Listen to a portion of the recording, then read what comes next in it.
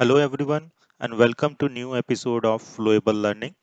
And today we will discuss different methodologies of deploying an application in Flowable.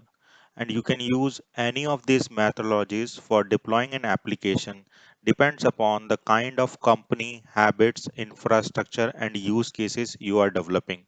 Overall, we will be discussing four different techniques and they are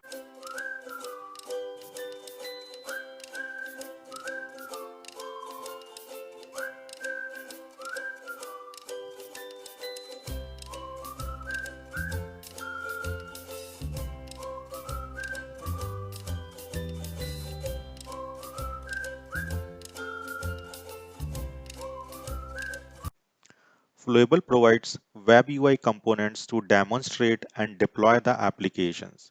And in our first two techniques, we will be using the same. The first and most common technique of deploying an Flowable application is by using Flowable Design, which is available in enterprise version, or Flowable Model, which is available in open source version.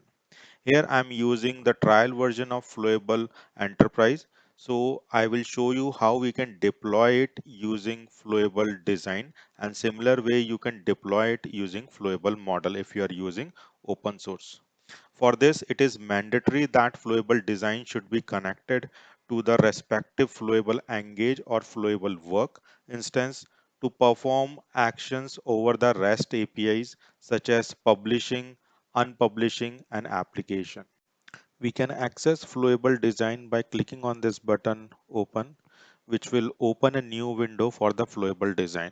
We must understand that to deploy a process as an application, they have to be wrapped in a business archive that is equivalent to a zip file.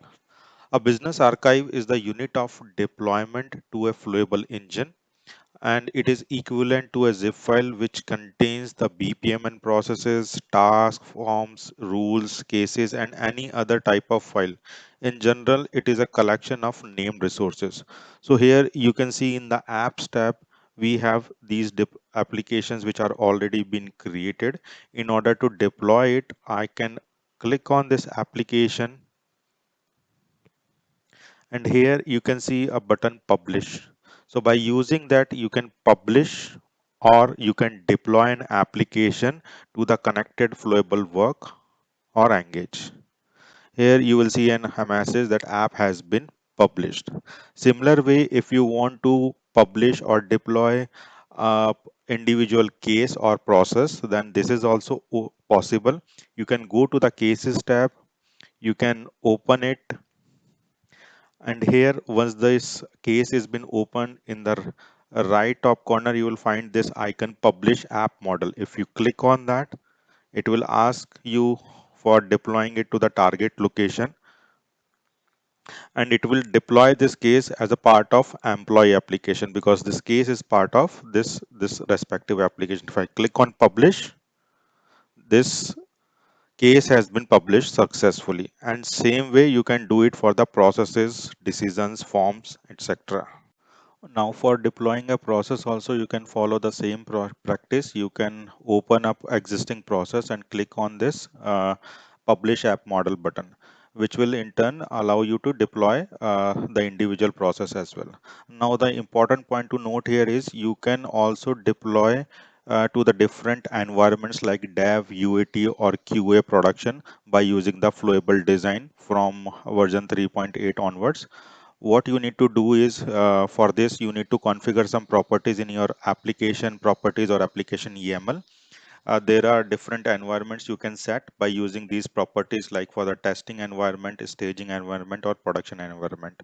For each environment you need to configure three properties: what is the name of this environment, the deployment API URL, and the undeployment API URL. Same practice you can follow for other environments as well. So once you configure these properties, then these properties will be listed in the drop down when application will reboot. And by choosing the appropriate environment from the drop down, you can publish or unpublish your individual application from Flowable Design. So let's move on to the second technique of deploying an application in Flowable, that is Flowable control. And here we have two types of user, admin and non-admin users. Admin users have full access to Flowable control features that includes the deploying of artifacts as well. So this is a technique which we can use to deploy our application to the subsequent environments of dev, QA, IT in production, where you should have a Flowable control deployed in those respective environments. So for that, first you need to do is any application, whatever you have designed, you can open that application and you need to export this bar zip file from the Flowable design. So here this team activity application, I'm going to export it, and there are several options are available for exporting an app.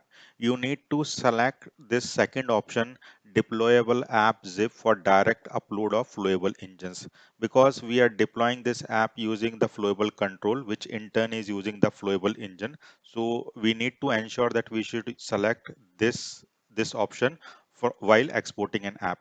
So when you export it, what will happen, a zip file will be exported in your download directory, and it will be something like this: your application name hyphen bar dot zip. So this hyphen bar is something a Flowable engine will use for deploying an application. So once the zip file has been downloaded, you can go to the Flowable control. For this, you can open by using this button, and then you will be redirected to the apps folder, where you will find this button upload app. And in the below, you can see whatever applications are been already deployed. So for deploying a new application, click on this button upload app. It will ask you either to choose a file from the directory, or you can directly drag and drop here. We can select it from the downloaded. You can select this file.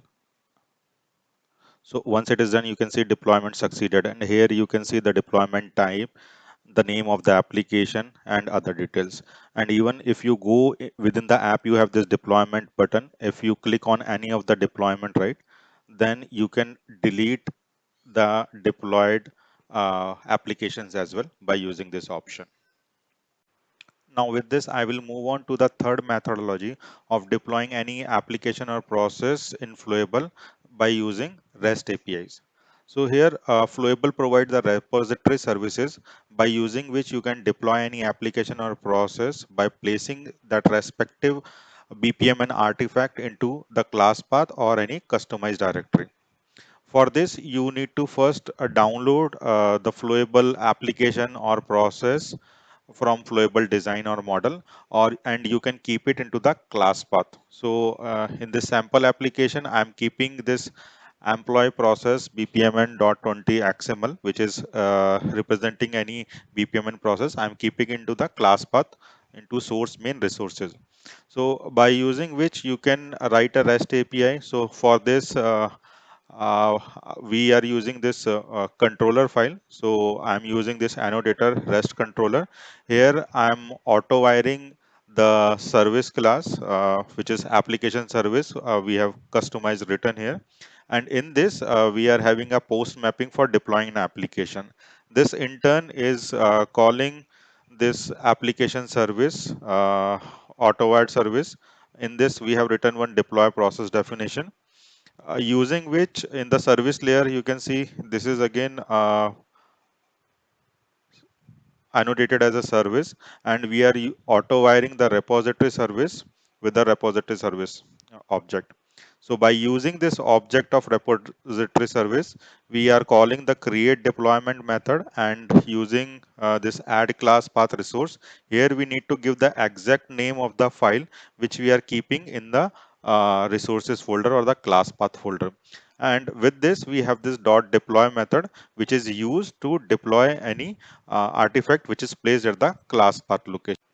Now, instead of class path, if you want to configure and place that file into a particular folder structure, then that is also doable by using the repository service, and you can deploy the files. So for that, what you need to do is you can configure the path like this, and then you can create an object of zip input stream, And by using again the repository service, same create deploy method, you can give the name of your file, and you can add zip input stream and pass the object of this zip input stream into this method and use deploy. So by using that, you can deploy any application from a configured path. Now after this, I will move on to the fourth and last technique of deploying any application into Flowable by using the Spring Boot. And if you are using any Spring Boot, you should have a workflow microservice that uses Flowable as its engine. So for that, in the Spring Boot application in the POM XML, you need to add the dependency of a Flowable. So for that, you should have this Flowable Spring Boot starter dependency included. After that, you can export the application from Flowable design and keep it into the class path or any of the folders, either in the class path or any other folders into the resources. So it depends upon what type of a process or application you are deploying. So if you are deploying any BPMN file, you need to create a processes folder into the resources. If you are deploying any case file for the case management, you need to create a cases folder, and inside that you need to keep the file. Same way for any decision management, you need to create a folder DMN, and for any UI component deployment or form, you need to create a folder like forms. So I'll take you through to these folders. Like in the resources, you can have these folders like cases. For decision, you should have a DMN. For forms, you should have a forms folder, and for processes, you should have a folder like processes, and within that you can keep the files. In case you want to keep or deploy any application altogether, so that zip file you need to extract from the Flowable design, and you need to keep it in the apps.custom folder. Within this, you can place the .zip file.